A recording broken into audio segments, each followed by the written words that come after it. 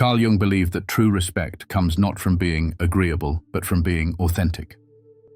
In a world that rewards conformity, many of us fall into the trap of constantly trying to please others, hoping that our kindness, our obedience, or our silence will earn us love and respect. But according to Jung, this is the very reason we lose ourselves and the respect we crave. In this video, we explore Jung's powerful message on why people-pleasing destroys your self-worth and how to break free from it. Carl Jung believed that many of our most self-destructive habits don't appear dangerous on the surface. They often masquerade as kindness, compassion, and generosity. One of the most deceptive and widespread of these habits is the constant need to please others. At first glance, this might seem like a positive trait. Who doesn't want to be liked, accepted, and appreciated? But beneath this seemingly innocent desire lies a dangerous psychological pattern that can quietly destroy your sense of self. People-pleasing is not about kindness, it's about fear. Fear of rejection, fear of conflict, and most of all, fear of being unloved. Jung saw this tendency as a symptom of a deeper problem, the over-identification with what he called the persona, the mask we wear to present ourselves in a socially acceptable way. The persona isn't inherently bad. We all need to function in society and play roles, but the problem arises when the persona becomes the whole identity. When your need to be liked by others overtakes your ability to be real with yourself. From a young age, many people are taught, often unconsciously, that love must be earned. Praise is given when you behave. Attention is withdrawn when you upset someone. Over time, a child learns that being good means being quiet, agreeable, and self-sacrificing. They may learn that expressing anger or disagreement leads to disapproval or punishment. And so, without realizing it, they begin to mold themselves into what others want them to be. They learn to please, to survive. As this pattern continues into adulthood, it becomes an automatic response. You say yes when you want to say no, you smile when you're hurting, you downplay your needs and opinions because you don't want to make anyone uncomfortable. And the worst part is, you might not even notice you're doing it, because the desire to please is so deeply ingrained that it feels like who you are. But Jung would argue, it's not who you truly are, it's who you've been trained to be. And this is the trap. The more you try to please everyone, the more invisible you become. The more you compromise to gain approval, the more you lose touch with your own values, desires, and truth.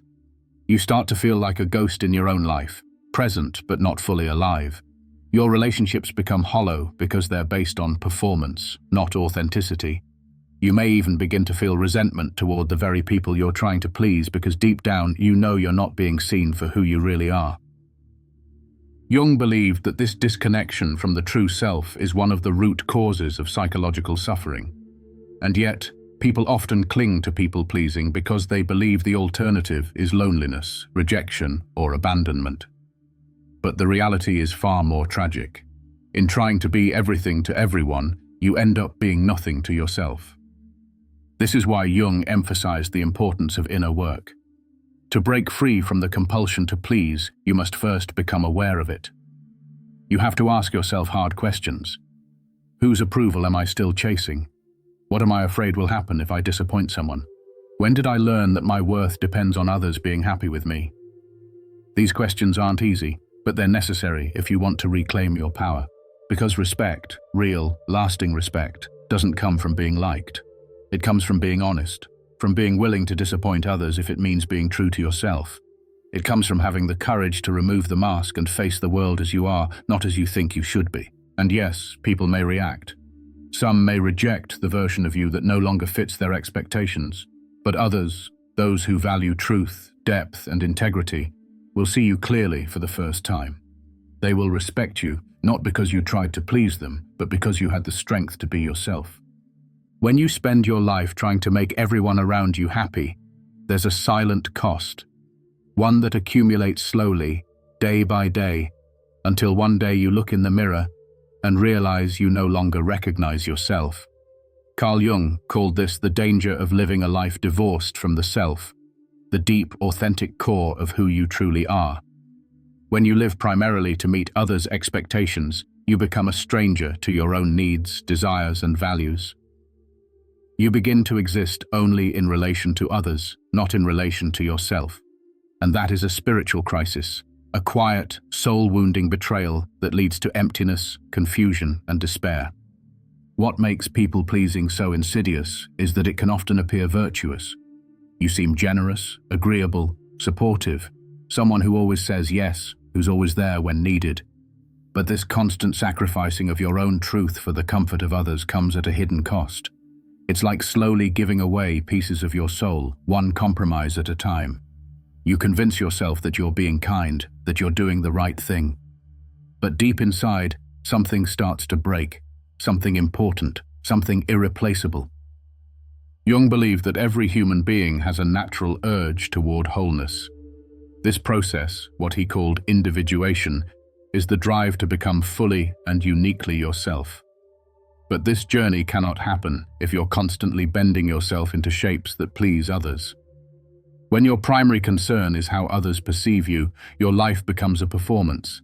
You become an actor playing a role on the stage of other people's expectations. And over time, the role begins to suffocate the actor. The longer you play that part, the more you lose the ability to step out of it. And eventually, you forget that it was a mask to begin with. The psychological consequences of this are profound. Depression, for example, is often not just about sadness, it's about repression. The true self has been buried under layers of obligation and social conditioning, and the soul mourns its own abandonment. Anxiety, too, can stem from this disconnection. You're constantly scanning the environment, trying to anticipate what others want from you, terrified of making a misstep. There's a constant tension between who you are and who you think you have to be, and that tension creates psychological pain. Jung warned that when we abandon the self to chase approval, we invite the shadow into our lives in destructive ways. The shadow, in Jungian psychology, is the part of ourselves that we reject or deny. The anger you suppress when you're being nice, the sadness you hide to avoid making others uncomfortable, the desires you bury to keep up appearances. All of this lives in the shadow, and the more you ignore it, the more power it gains. Eventually, that repressed energy finds ways to surface through outbursts, passive aggression, self-sabotage, or physical illness. The soul will not be silenced forever. And it's not just your mental health that suffers, it's your relationships too. People who are always trying to please others often feel deeply misunderstood. You give and give, expecting love in return, but what you receive is often shallow or conditional. Because if you've never revealed your true self, how can anyone truly love you? They fall in love with the version of you that you created for them. But that version isn't whole. It's safe, controlled, agreeable, but it's not alive. And you begin to feel resentful. You feel used, unappreciated, unseen. But it's not entirely their fault. You trained them to see you that way. You taught them that your needs don't matter, that your yes always means yes, even when it doesn't. Jung would say this is not just unfortunate, it's a tragedy, because the self, once buried for too long, becomes harder and harder to resurrect. The journey back is painful. You have to peel away years of false identity. You have to confront the lies you told yourself in order to survive.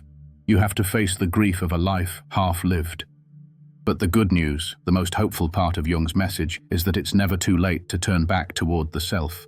Even if you've spent decades living to please others, the moment you decide to honor your own truth, healing begins. At first, it will feel unfamiliar, maybe even terrifying. You'll worry that people will leave. You'll feel guilty for saying no. You'll second-guess your every move. But with time, your inner compass begins to strengthen. You begin to make decisions not based on guilt or fear, but based on what is real and right for you. And then, something miraculous happens. You begin to feel alive again. You laugh, not because it's expected, but because something real has touched your heart.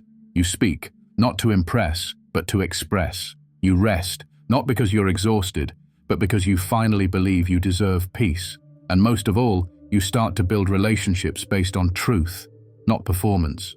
You find people who respect you not for what you give them, but for who you are when you're no longer pretending. In the end, the price of trying to please everyone is losing yourself. But the reward of reclaiming your truth is becoming whole. And that, Jung believed, is the greatest respect you can ever receive, not from others, but from your own soul. Respect, Carl Jung believed, is not something you can beg for. It's not something you can manipulate others into giving you by being endlessly accommodating or agreeable. It's something that arises naturally when you draw a clear and unwavering line around your self-worth. That line is called a boundary. And without it, no matter how kind or helpful or giving you are, people will not respect you. They may like you, they may use you, but they will not honor you as an individual with depth, autonomy, and value, because true respect only comes when others sense that you respect yourself first. Boundaries are not walls. They are not meant to isolate or punish others. Rather, they are the invisible structure that protects your emotional, mental, and even spiritual integrity. They define where you end and someone else begins. They allow you to say, "This is what I will accept, and this is what I won't." Without boundaries, you become psychologically porous. Other people's needs, expectations, and opinions flood into your life, overwhelming your own. You begin to live reactively, not intentionally, and slowly you erode your own identity. People pleasers often struggle with boundaries, not because they don't want them, but because they're afraid of what might happen if they enforce them. They fear they'll be seen as selfish, difficult, or cold. They worry about being abandoned or judged, so they keep saying yes when their body screams no. They keep giving time, energy, and emotional labor to people who don't reciprocate, and deep down, they grow more and more resentful, not just toward others, but toward themselves, for not having the courage to protect their own space. Carl Jung warned that repressing your authentic impulses, especially out of fear of disapproval, leads to a psychic imbalance. Every time you silence your inner truth to make someone else more comfortable, you reinforce a subconscious belief that your needs don't matter. Over time, this belief becomes a blueprint for your relationships, your work, and even your inner dialogue. You start tolerating disrespect, manipulation, and emotional neglect, not because you want to, but because you've normalized it. You begin to think, maybe this is just how people are, maybe I'm expecting too much. But you're not expecting too much. You're simply longing for what you should have given yourself from the beginning, boundaries that say, I am worthy of respect. Setting boundaries is an act of emotional maturity. It requires you to step out of the role of the martyr or the fixer and reclaim responsibility for your own well-being. That means recognizing when you're overextending, when you're being taken for granted, and when your silence is enabling toxic dynamics. It also means facing the discomfort of disappointing people. Because here's the hard truth. Not everyone will be happy when you start asserting yourself. Some will try to guilt you, others may withdraw their affection. Some may even become angry or manipulative, and yet all of these reactions are part of the necessary shedding that must occur if you want to live a life of inner integrity. Jung's process of individuation, the journey of becoming whole, requires this kind of inner fortitude. It's about integrating all the parts of yourself, including the part that says, no more, the part that knows when to walk away, the part that honors your time, your energy, and your values as sacred. This is not arrogance. This is not selfishness. This is what it means to be a psychologically healthy adult, someone who can love others without losing themselves in the process. What often surprises people is that boundaries don't push others away. In fact, they create the conditions for real connection. When you show up honestly, when you say what you mean and mean what you say, you attract people who value truth, not performance. You filter out those who are only interested in what you can give them, and you make room for those who are willing to meet you in your full humanity. People who respect your boundaries are people who are capable of real intimacy, because they're not just engaging with the mask. You're not giving them a curated version of yourself, you're giving them the real you. And that, Jung would say, is the only kind of relationship worth having. Of course, building boundaries after years or even decades of people-pleasing is not easy. At first, it will feel unnatural. You might feel guilty for saying no. You might doubt yourself. That's okay. Growth is always uncomfortable in the beginning. But over time, you'll notice a profound shift. You'll feel more grounded. You'll stop over-explaining yourself. You'll begin to trust your instincts. And most importantly, you'll stop needing everyone to like you, because you will finally like yourself. Carl Jung once wrote, "The privilege of a lifetime is to become who you truly are. And who you truly are cannot emerge without boundaries. You cannot become whole if you are constantly fragmented by the demands of others. So draw the line, speak your truth, disappoint the people you must, because every time you do, you reclaim another piece of your soul, And that is how respect begins, not just from others, but from the most important person in your life, yourself.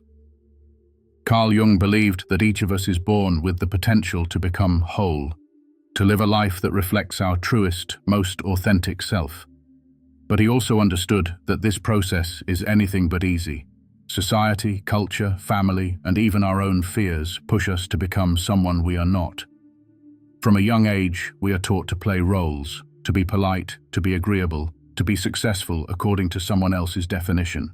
We learn to suppress the parts of ourselves that might be seen as too much, too different, or too inconvenient.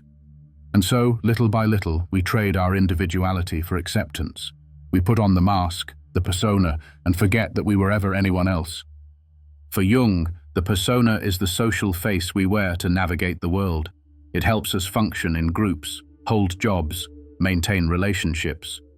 But it is not the full truth of who we are. The danger arises when we mistake the mask for the self, when we believe we are the version of ourselves that pleases others and avoids conflict. The more we identify with this false self, the further we drift from our inner truth. And as we drift, we feel increasingly empty, disconnected. Even when life looks good on the outside, something feels off. We may have friends, jobs, routines, but inside there is a hollow ache, a quiet question we try to avoid. Is this really me? This is the crisis that triggers the journey of individuation, Jung's term for the lifelong process of becoming whole. Individuation is not about self-improvement in the conventional sense. It's not about becoming a better version of your persona. It's about peeling away everything that is false, everything that is borrowed or imposed, so that your true nature can emerge. And this is not a comfortable path. It requires you to confront parts of yourself that you've ignored or denied. It requires you to listen to the inner voice you've silenced for years. It asks you to step away from the crowd and walk your own path, even if that path is lonely at first. One of the most challenging parts of individuation is facing the shadow, the parts of your personality that you've disowned. These are not necessarily negative qualities. Often, the shadow contains your power, your anger, your creativity, your ambition, parts that were deemed unacceptable or dangerous in your early life. If you were taught that being assertive was rude, you may have buried your ability to speak up. If you were told to always be selfless, you may have suppressed your desire for recognition or rest. But these disowned parts do not disappear. They live on in the unconscious, influencing your behavior in subtle and sometimes destructive ways. To individuate, you must reclaim them. You must bring the shadow into consciousness and integrate it. This is not easy work. It means admitting that you are not always kind, that you do feel envy, that you do have needs and limits and fears. It means letting go of the polished image you've worked so hard to maintain. But in doing so, you become real. You become human. And paradoxically, it is in this messy, imperfect wholeness that your true strength lies. As you walk this path, you begin to notice a shift in how you relate to others. When you are no longer driven by the need to be liked or accepted, you show up with more honesty. You say what you mean. You take responsibility for your feelings. You stop playing games or hiding behind masks, and the people around you feel it. They may not always like it, but they sense that you are grounded, that you know who you are, and that kind of presence commands respect in a way that people-pleasing never can. Another crucial part of individuation is discovering your inner values, what you believe, what you care about, what you want from this life. So much of the people-pleasing mindset is reactive. You shape yourself in response to others. But when you begin to individuate, you become proactive. You make choices not out of fear, but out of alignment. You say no, not to rebel, but because it's the truth. You pursue goals that matter to you, even if others don't understand. You begin to live from the inside out, not the outside in. This transformation is not sudden. It is a slow, unfolding process that often involves pain, loss, and deep questioning. You may lose relationships that were built on your false self. You may face criticism or isolation, but what you gain is far more precious: integrity, clarity, and inner peace. You stop feeling like you're faking your way through life. You stop chasing respect and start embodying it. Because when you live in alignment with your truth, respect is not something you demand, it is something you naturally inspire. Jung believed that the world does not need more people who are agreeable, well-behaved, or normal. It needs people who are whole. People who have faced their darkness and claimed their light. People who are not afraid to live their truth even when it costs them approval. That is the essence of individuation, and that is where real freedom and real respect begins. The beauty of this process is that it never truly ends. Individuation is not a destination, but a way of life. It is the daily practice of listening to your soul and choosing authenticity over conformity. It is the courage to walk your own path, to speak your truth, to embrace your wholeness. And in doing so, you become not only someone others can respect, but someone your own soul can finally recognize.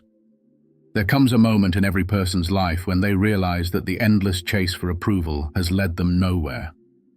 You've spent years, perhaps decades, bending, shrinking, and molding yourself to fit the expectations of others. You've silenced your voice to keep the peace. You've smiled through discomfort to avoid conflict. You've poured out your energy to meet demands that left you feeling drained and unseen. And yet, the respect you longed for never arrived. The love felt conditional, the validation fleeting. And in the quiet moments, when no one is watching, you can feel it. The hollow ache of a life that doesn't quite belong to you. Carl Jung understood this feeling deeply. He knew that the soul cannot thrive when it is starved of truth. He knew that respect, true, soul-level respect, does not come from how much you give to others at the expense of yourself. It comes from how deeply you are willing to honor your own being. Jung's message was simple but radical. Stop pleasing others. Start living authentically. Because only when you are real can you be truly respected, not just by others, but by your own inner self. To stop pleasing and start living authentically means to return to the truth of who you are, even if that truth is inconvenient. It means you begin to listen, really listen, to the inner voice you've ignored for so long. The voice that says, "I'm tired," when you're pushing yourself to show up for someone else. The voice that says, "This doesn't feel right," when you're about to agree to something out of guilt. The voice that says, "I want more," even when the world tells you to be content with less. Living authentically is not about defiance, it's about honesty. It's about aligning your outer life with your inner truth, so that you no longer have to perform your way through the world. At first, this can be terrifying. The people around you, those who have grown used to the agreeable version of you, may resist your change. They might accuse you of being selfish, distant, or difficult. They might withdraw affection or try to manipulate you back into your old role. And yet, this is a necessary test. Because the moment you stop living for approval is the moment you start filtering your environment. The people who only loved your mask will drift away, but the people who value the real you, the whole you, will step forward. They will see your strength, not your servitude, your boundaries, not your obedience, your truth, not your performance. And that is the beginning of something real. But perhaps the most profound shift happens within. As you begin to live authentically, you will feel a new kind of respect emerging, not from others, but from your own soul. For the first time, you'll begin to feel whole. You'll sleep better at night, knowing you were honest. You'll look in the mirror and see someone you recognize, not someone pretending to be everything for everyone. Your energy will return, your clarity will sharpen, and your sense of peace will deepen. Because nothing brings more relief than no longer betraying yourself just to belong. Jung taught that the human psyche craves integration. It wants all the parts of you, the strong and the vulnerable, the light and the shadow, the loud and the silent, to come together and live in harmony. And that integration is impossible when you're constantly slicing off parts of yourself to make others comfortable. You were never meant to be a fragmented being. You were meant to be whole. And wholeness requires truth. Even when that truth is uncomfortable, even when it means disappointing others, even when it costs you approval. The irony is, when you stop chasing respect and start living with integrity, respect begins to find you. But it's a different kind of respect than the shallow kind you may have sought in the past. It's not based on popularity, politeness, or people-pleasing. It's rooted in something deeper, authenticity. When people sense that you are being true to yourself, that you are not hiding, performing, or manipulating, they begin to trust you. They may not always agree with you, but they will respect your presence. They will sense your inner strength.